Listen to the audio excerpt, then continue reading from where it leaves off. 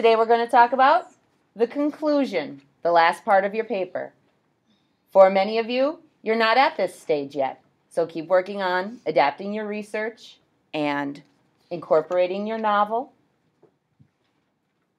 The conclusion is like, I think of this whole paper, if you want an analogy, think of it like a hamburger. You have a bun on the top, that's your introduction. You have all your meats and your lettuce and your good stuff in the middle, that's your body. And then on the bottom you have another bun, and it is made up of the same stuff as the top. So if you're sitting at your conclusion and you really don't know what to do, go up to your introduction. Here's my introduction. One word, that to describe. This is why we read our papers out loud. One word, just get rid of that. To describe Majdanek is exposed. That's my hook. Due to the harsh conditions at Majdanek and poor diet of the prisoners, they were often too weak to work and sent to their deaths. Majdanek is an interesting place in the tragic events that made up the Holocaust. Its shipping and storage facility, the diet of prisoners, and the harvest massacre all play a part in the camp's story. So that's my introduction. I just have to kind of repurpose it. I have to re-edit it and tweak it a little bit so it will become my conclusion. So the first thing we do for the conclusion is we restate the thesis statement. That is what is on that strip of paper that I gave you. And that would be my due to. And I'm simply going to copy and paste it down to the bottom. That's about a 3. You simply restated it. If you want the 4 or the 5, you'll reword it so that it sounds a little bit different, but says the same information. So how can we reword this so that it's saying the same stuff, but it sounds different? Does anyone want to volunteer phrasings?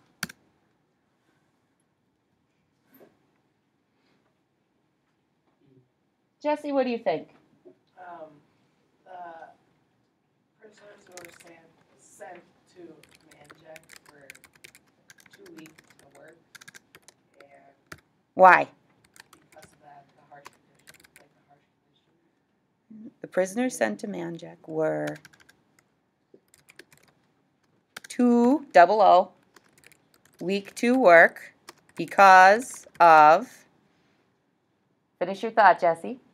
The harsh conditions at the camp. And And sent to besides the harsh conditions, what else is my paper about?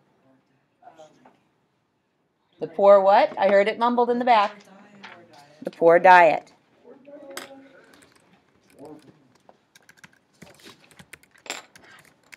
So that will get you a better grade than simply recopying it down.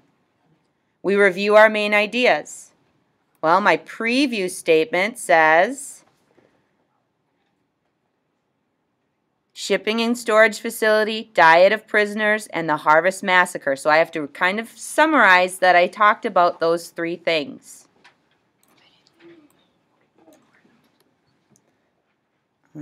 Let me think about how to word this, because I don't want to just recopy it. I want it to sound a little different. In the introduction, I ended with the harvest massacre, so maybe I'll start with it. The harvest massacre,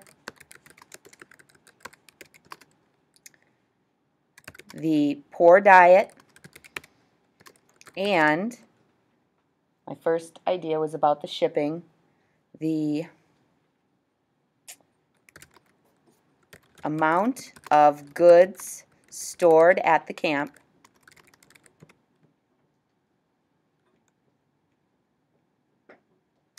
I'm just going to I don't know what to say, so I'm going to kind of repurpose what I said before, are all part of the story of the Holocaust.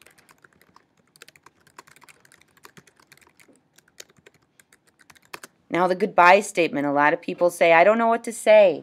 This is a a sentence that is simply letting your audience know that you're done and leaving them with a final thought. Think about, you want to transform your audience. You want them to feel different after they've read your paper.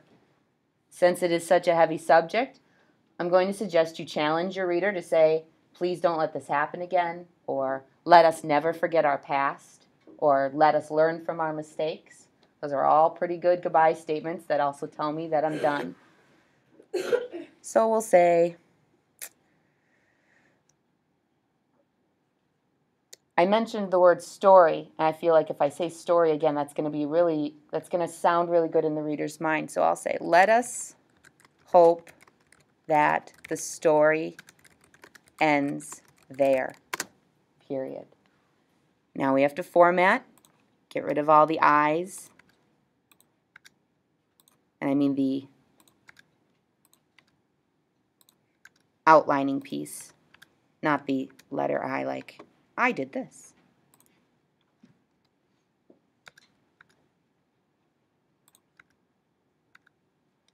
How do I do that?